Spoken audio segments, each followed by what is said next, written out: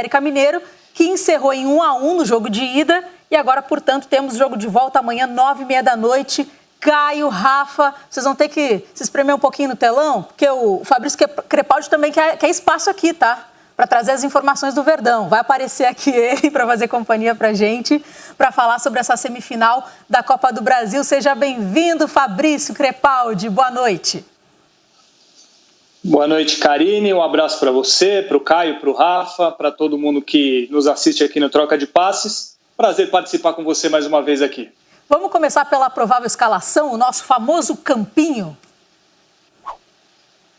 Vamos lá. Palmeiras tem alguns desfalques, a gente fala sobre eles depois, mas um provável time é o Everton no gol, Marcos Rocha na lateral direita, a defesa com o Luan, Gustavo Gomes e o Matias Vinha na esquerda.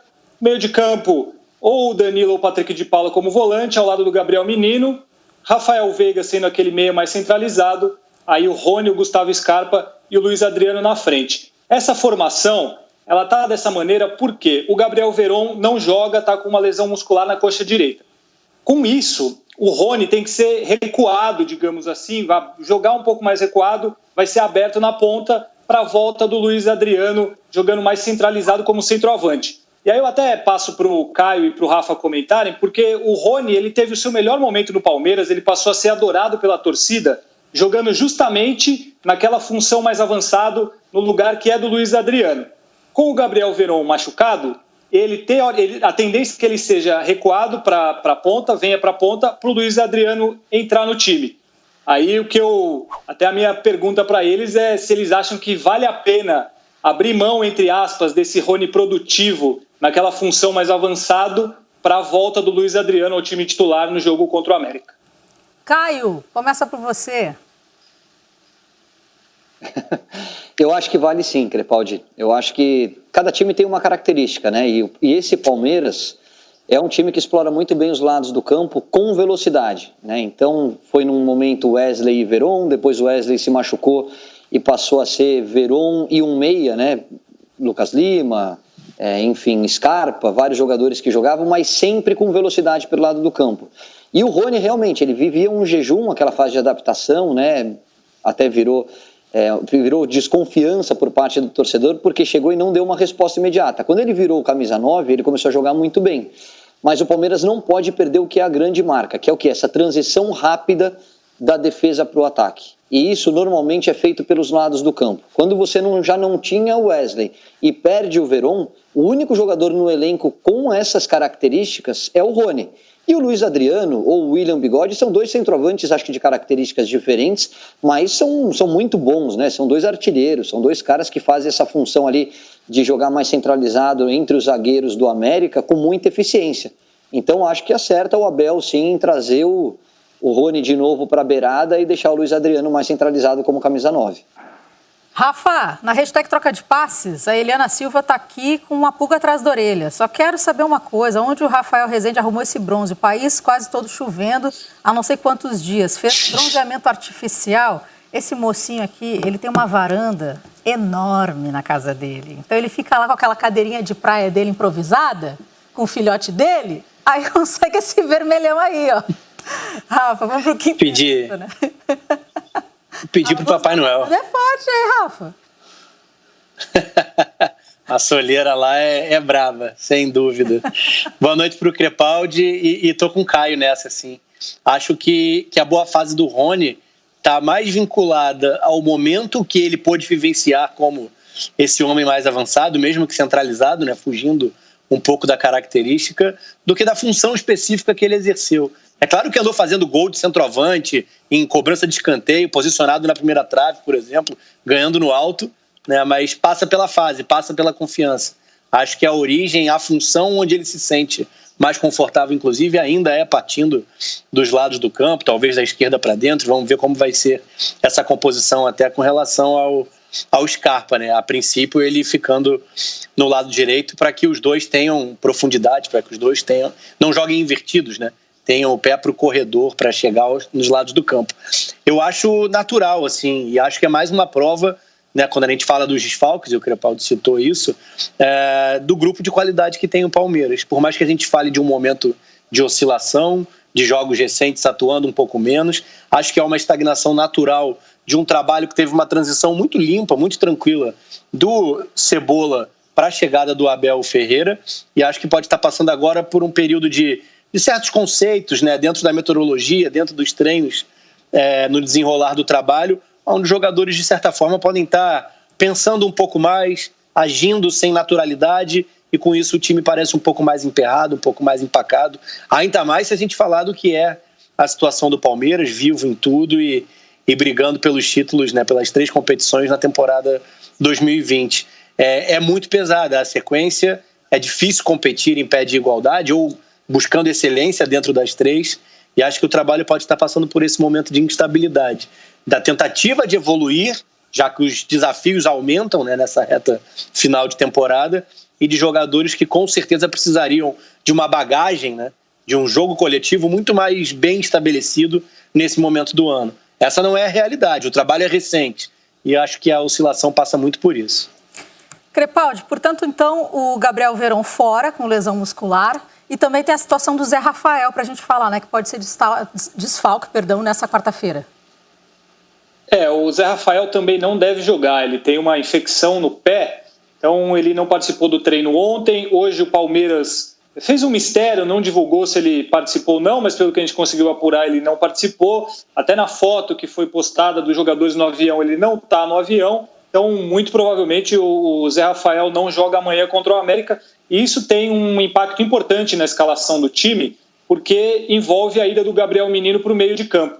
Com o Zé Rafael à disposição, a tendência é ele jogar, não no caso de amanhã, mas quando o Zé Rafael está à disposição, é o Gabriel Menino jogar na lateral direita, e aí o meio de campo ser formado pelo Danilo ou Patrick de Paula, ultimamente tem sido o Danilo, com o Zé Rafael ali como segundo volante e o Rafael Veiga.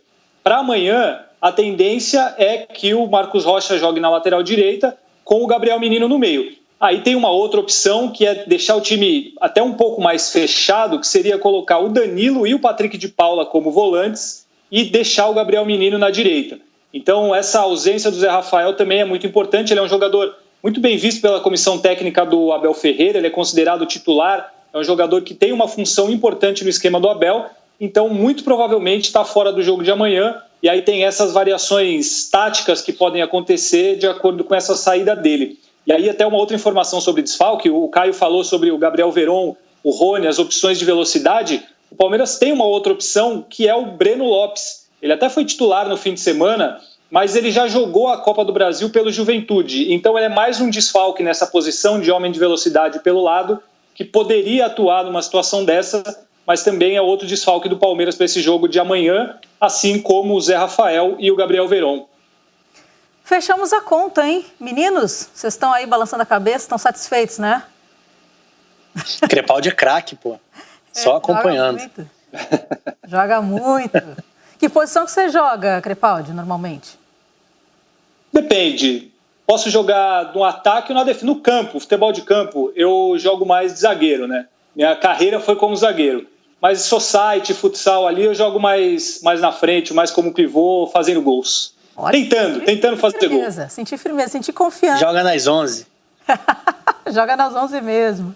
Beijo. O que o professor precisar, a gente está aqui para ajudar. Opa, olha aí. Ele é o Gabriel Menino do Sport TV. Como é que é, Caio? Ele é o Gabriel Menino do Sport TV. Ele joga no meio, ele joga atrás, ele joga na frente. Ele tem qualidade. Então, onde precisa, ele vai lá e dá conta do recado. Vai lá e se multiplica, né, Caio? Valeu, Crepaldi. Um beijo grande e uma ótima virada de ano para você.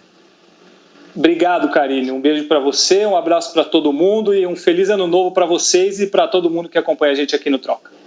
Beijo, bom descanso. Agora a gente faz contato direto, então, com Belo Horizonte novamente, porque ele vai chegar aqui, estava aquecendo, Henrique Fernandes, nada de descanso. Vamos falar de América Mineiro, que é o adversário do Palmeiras, portanto, nessa semifinal da Copa do Brasil. Deu tempo de tomar uma aguinha? De comer pizza não deu, eu sei. Não. Mas pelo menos para dar aquela respirada deu, né? Não, deu para respirar sim, Karine. Deu para tomar uma aguinha ali também, tudo certo. E o América tá na ponta da língua, né, de todos os mineiros aqui, porque para mim o jogo de amanhã é o jogo mais importante da história do clube, Karine. Vou dizer isso, acho que o América nunca foi tão significativo pro futebol nacional quanto está sendo em 2020. porque briga pelo título de mais um brasileiro, né? Já ganhou a Série C, já ganhou a B, ganhou em 17 a Série B, né? Pode ganhar de novo em 2020, 21, né? Nessa temporada que acaba no ano que vem, pode chegar a uma final de Copa do Brasil, nunca tinha chegado nem a semifinal. Então o assunto aqui em Belo Horizonte é a América, naturalmente, e o resultado em São Paulo aumentou muito a expectativa, a esperança por essa final inédita. Eu, particularmente, na semana passada, eu me preparava para o jogo entre Palmeiras e América, imaginando a América tem que voltar vivo. E acho que mais do que isso, né? Voltou jogando por uma vitória simples em casa. Se tivesse perdido por 1-0, ele não estaria vivo. Por ter empatado, ele precisa de uma vitória simples em casa. O Crepaldi trazia os problemas do Palmeiras. O América também tem seus problemas. Tem jogado com os dois laterais reservas, né? Não tem nem o Diego Ferreira na direita e nem o João Paulo na esquerda. Já jogou na partida de São Paulo com o Sávio na esquerda e o Daniel Borges na direita. Esses dois vão seguir no time no jogo de amanhã. Não se recuperaram. A boa notícia pode ser o Zé Ricardo, que treinou hoje, né? É um jogador importante para o meio-campo, mas ainda há algumas outras indefinições. Pois não, Karine? Já que você está entrando nesse assunto, vamos colocar então a provável escalação para quem está em casa também acompanhar, boa, que aí ilustra o que você está falando. Está aí na tela. Exatamente. Você vê que a linha de defesa está definida, né? O Matheus Cavicchioli é o goleiro, o Messias, principal zagueiro do time, para mim um dos melhores zagueiros dessa temporada do futebol brasileiro. Os dois laterais, como eu citei, são os reservas, né? Não tem os dois que estão ausentes há algum tempo. O Sávio, para mim, fragiliza mais a esquerda do que o Daniel na direita. E há duas dúvidas no meio-campo. Flávio e Zé Ricardo é uma questão médica. O Zé é o titular absoluto, né? O Flávio foi o titular em São Paulo porque o Zé está machucado, um problema muscular. Só que a informação é que ele treinou hoje. Então, é possível que ele participe do jogo. Giovani e Alê, aí já é uma dúvida mais de característica. Função tática que eles vão fazer é essa, de meio interior pela esquerda. O Giovani é um jogador mais de força física, um jogador de base do São Paulo, era meio atacante na base, está mais adaptado a ser um volante, um segundo homem de meio, tem mais pegada, foi o titular em São Paulo. O Alê foi muito bem no início da temporada, só que ele teve uma lesão e caiu de desempenho. É um meia mais técnico, que busca mais o jogo do lado do campo, que tem um pouco mais de criatividade que o Giovani. A linha de frente é aquela ali que a gente já viu, né? O Ademir é o principal jogador para mim do time, é a válvula de escape, é o jogador que vive o melhor momento entre os jogadores de ataque. O Rodolfo é artilheiro da Copa do Brasil. Quando a bola aparece na área, ele sabe o que fazer, tanto para servir companheiro quanto para definir. E o Felipe Azevedo complementa esse trio, né? O Lisca não poupou praticamente ninguém no jogo contra o CRB pela Série B, né? No último sábado, porque o América fala abertamente que a prioridade na temporada é subir. A Copa do Brasil é como se fosse um bônus, mas é evidente, quando você chega a uma semifinal, Karine, o torcedor sonha com título, o Lisca sonha com título, os jogadores sonham com título. É muito difícil você imaginar que o América não vai entregar a alma nesse jogo de amanhã, jogando no Estádio Independência. Mas essas são as indefinições do time no meio-campo. Os jogadores do América já estão concentrados, né? Hoje à tarde foi o último treino, à noite já iniciou a concentração no hotel aqui da cidade. Mas é um clube que chega com todos os méritos, essa semifinal de Copa do Brasil, pelo trabalho que vem de anos atrás, né? É um clube que tem um centro de treinamento muito bem estruturado, que tem salário em dia, que o jogador que vem jogar aqui adora jogar aqui, né? Uma pena não poder o torcedor do América estar desfrutando no estádio desse momento, que é um momento absolutamente histórico, né? História mais que centenária. O América é de 1912. Para mim, esse ano de 2020, apesar de ser um ano muito difícil para todos nós, ponto de vista desportivo, Karine, talvez seja o maior ano da história do América e pode ser coroado amanhã com uma classificação para uma final. Maior ano para o América, imagina também 2020 para o Lisca, que sempre teve assim, essa coisa folclórica, a gente gosta muito de brincar com ele, com os trejeitos que ele mostra ali no gramado, tudo, mas o trabalho que ele está fazendo merece reconhecimento, né, meninos? Rafa, vou começar por você agora. E não só o dele, né, Karine? Eu acho que esse América é importante para a gente reconhecer o que é um projeto de futebol bem realizado, né? Bem idealizado e bem realizado, né? Como ideia de futebol, como já foi na última temporada, por mais que tenha tido uma oscilação drástica, né? E se recuperou com o Felipe Conceição, mas teve um momento de instabilidade no princípio da Série B com o Barbieri, mas de um norte muito específico, muito bem detalhado, né? A ideia de futebol por trás, a estabilidade nas escolhas, a estabilidade nas ações, eu acho que tudo isso se aplica. O América não é um exemplo só pelo grande trabalho do Lisca, que merece todos os elogios, né? Porque a gente fala muito do folclore, como você citou, mas as ideias de jogo, o que se vê dentro de campo, e não só nesse trabalho do América, mas já em anos anteriores também, é elogiável, né? cabe como não dá para falar em treinador promissor, enfim, não acho que a gente deva separar em caixinhas, em categorias, mas acho que é um trabalho para se ficar de olho, porque são poucas as equipes no futebol brasileiro, não só pelo ano, né, de exceção, a questão da pandemia, pesada para todo mundo, mas são poucos os trabalhos no futebol brasileiro que tem essa preocupação, que se baseiam no ritmo da equipe, na rotação da equipe dentro dos jogos, na competitividade, aliada a essa intensidade, a cobrança de uma equipe sempre muito viva, com transições fortes, que pressiona o adversário quando tem que se afirmar dentro dos jogos, quando tem que ser um pouco mais propositivo, mas que sabe modificar a sua forma de atuar dentro de partidas como essas de Copa do Brasil, tirando mais espaços do adversário num bloco um pouco mais baixo. Então é uma equipe capaz de jogar em cenários diferentes, de se afirmar em cenários diferentes. Isso só vem com trabalho. Quem troca a cada 3 meses nunca vai atingir esse estágio. Então, pela ideia por trás, né, do que é o América como futebol como um todo, e também pelo trabalho do Lisca, mais do que merecida a posição que se encontra hoje e essa identificação do Henrique, né, do ano e do momento mais emblemático da história do clube quando a gente pensa no futebol brasileiro.